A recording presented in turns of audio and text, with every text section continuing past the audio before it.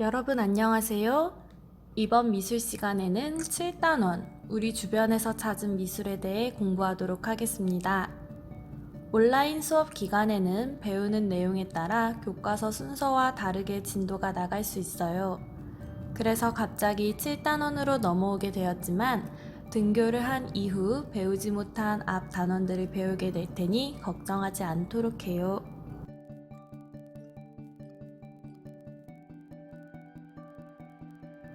이번 시간에는 생활 속에서 다양하게 활용되고 있는 미술을 발견해 보도록 하겠습니다.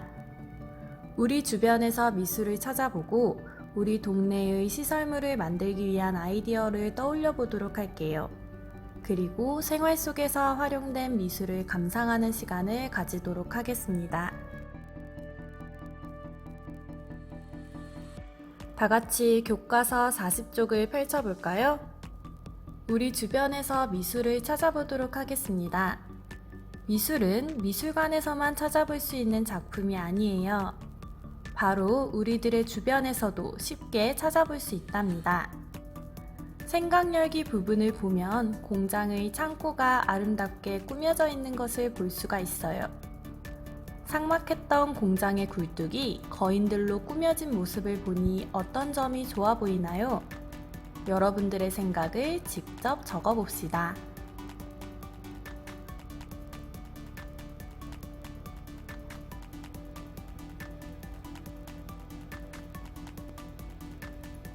이 작품은 브라질의 판돌포 형제가 콘크리트 저장고에 벽화로 꾸민 작품이라고 해요. 삭막한 공장 건물에 커다란 사람들을 그려넣음으로써 공장 건물이 활력을 얻게 되었다고 합니다. 단순했던 거리가 이 작품으로 인해 명물이 되었다고 해요. 이와 같이 여러분들은 이번 시간을 통해 우리 주변에서 다양하게 활용되고 있는 미술을 발견하고 미술에 흥미와 관심을 가지며 미술과 생활을 연결하는 활동을 해보도록 하겠습니다. 아래쪽의 다음 그림을 살펴볼까요? 집처럼 나와 있는 그림 속의 건물은 무엇일까요? 바로 버스 정류장이라고 합니다.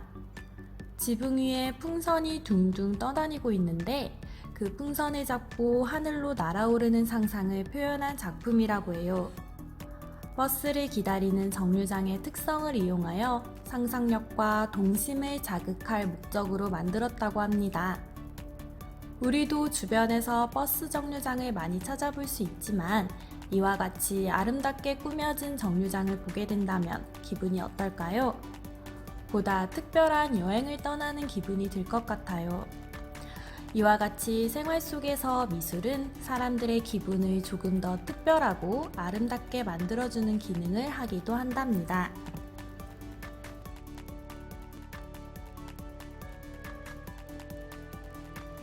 그 아래 그림을 살펴볼게요. 혹시 어디인지 알겠나요? 맞아요. 뒤쪽으로 작게나마 보이는 건물은 바로 서울의 63빌딩입니다. 63빌딩 가까이에 있는 여의도 한강공원에 거대한 공이 나타났어요. 무려 800cm나 되는 초대형 풍선돼지 미스터 기브로라고 하는 작품입니다. 강현아 작가님은 모두가 함께 힘을 모아 작품을 세울 수 있도록 하여 예술을 살찌우다 라는 의미를 담은 작품을 만들었다고 해요. 예술활동을 후원하거나 소외된 사람들을 도울 수 있도록 만들어졌다고 합니다. 지금 당장이라도 구경하러 가보고 싶지만 아쉽게도 이 작품은 정해진 기간 동안 설치되었다가 없애기 때문에 실제로 한강을 가더라도 지금은 보기 힘들 거예요. 하지만 언제 또 찾아올지 모르기에 기다리는 재미가 있답니다.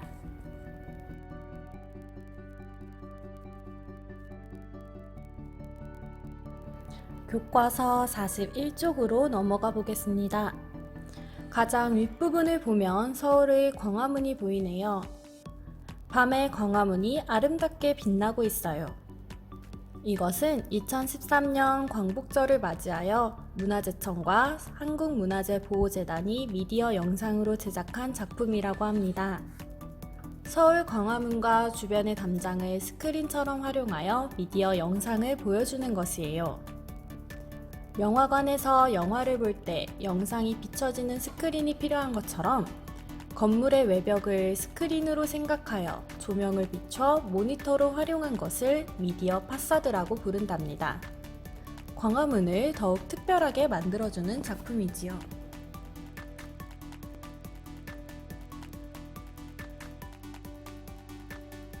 그 아래쪽의 사진에는 사과나무처럼 보이는 작품이 있습니다. 이 작품의 제목은 시가 열리는 나무라고 해요.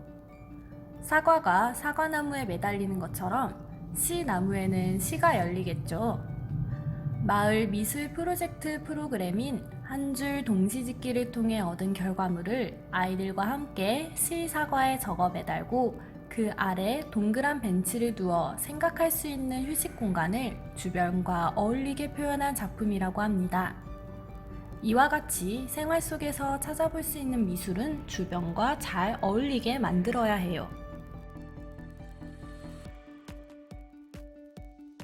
그 아래에 커다란 애벌레가 보이나요? 나비 축제가 열리는 전라남도 한평군에서 축제의 성격과 어울리게 축제 공간마다 설치한 나비 가로등이라고 합니다. 나무 기둥을 타고 올라가 있는 나비 애벌레가 나뭇잎을 갉아먹은 모양과 잎사귀 밑에 알이 매달려 있는 모습을 가로등으로 표현하였다고 해요. 나무 모양 가로등 또한 주변 환경과 잘 어울리는 것을 확인할 수 있겠죠?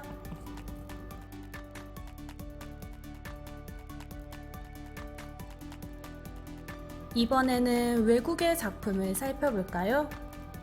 영국 런던 시내에는 사진과 같이 자동차 모양의 자전거 거치대가 있답니다.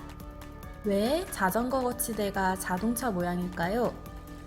바로 보관된 자전거의 개수만큼 자동차 한 대의 환경오염을 줄인다는 의미를 가지고 있다고 합니다. 환경 피해를 줄이면서 자전거를 많이 사용하라는 의미의 시각적 디자인을 표현한 작품이지요. 거치대 하나에는 10대의 자전거를 보관할 수 있으며 다양한 색을 사용하여 도로의 공간을 다채롭게 꾸몄습니다. 삭막할 수도 있는 도로가 알록달록 예쁘게 꾸며지겠지요.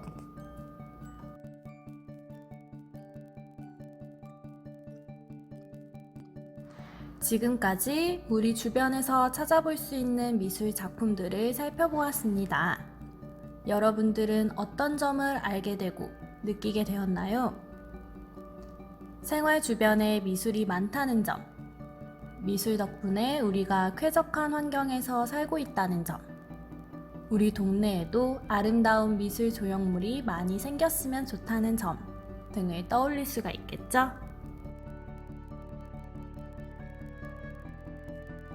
이제 다음 장으로 넘어가도록 하겠습니다. 교과서 42쪽을 하기 전에 먼저 43쪽의 감상활동부터 하도록 할게요. 우리 주변에서 아름답게 표현된 시설물과 장소를 떠올려 볼까요? 학교나 집 주변, 동네, 여행을 갔던 장소 등에서 아름답게 보았던 시설물이나 장소를 떠올려 보아요. 선생님은 우리 학교의 담장이 떠올라요.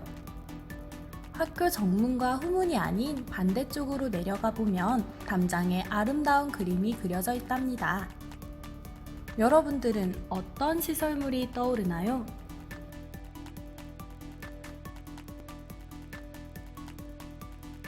교과서의 작품을 감상해 봅시다. 일본에 아무도 찾지 않는 쓰레기 섬이 있었다고 해요. 이 섬을 누구나 찾아가 보고 싶어하는 섬으로 바꾼 것이 나오시마 미술관이라고 합니다. 세계 여러 나라의 작가들의 작품이 섬을 꾸미고 있는데 보이는 사진은 프랑스 작가 생팔의 작품 특유의 볼륨감과 화려함이 잘 나타난 코끼리 모양의 화분이라고 해요. 참고로 나오시마 섬에는 쿠사마 야요이 작가의 유명한 호박 작품 시리즈도 설치되어 있답니다.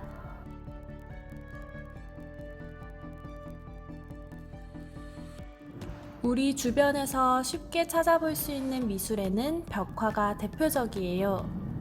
경상북도 경주의 한 가정집 벽에 그려져 있는 이 작품은 숨바꼭질하는 어린이들의 표정과 머리를 양갈래로 묶은 소녀의 뒷모습, 널려있는 빨랫감들이 밝고 화사하게 표현되어 정겨운 느낌을 준답니다.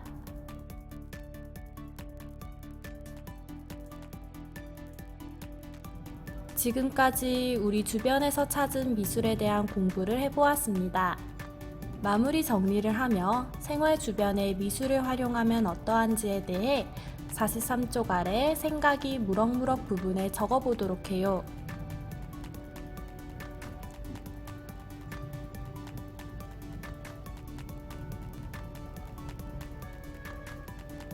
또한 스스로 평가하기 부분을 통해 미술이 활용된 생활 주변의 조형물에 관심을 두는 기회를 삼아 보도록 합시다.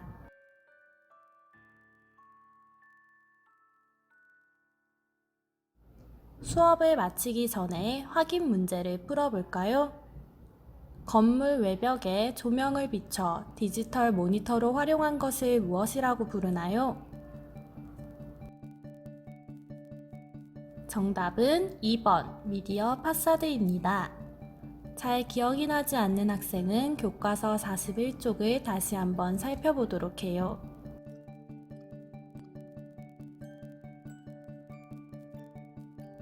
다음 중 동네 시설물이 아닌 것은 무엇일까요?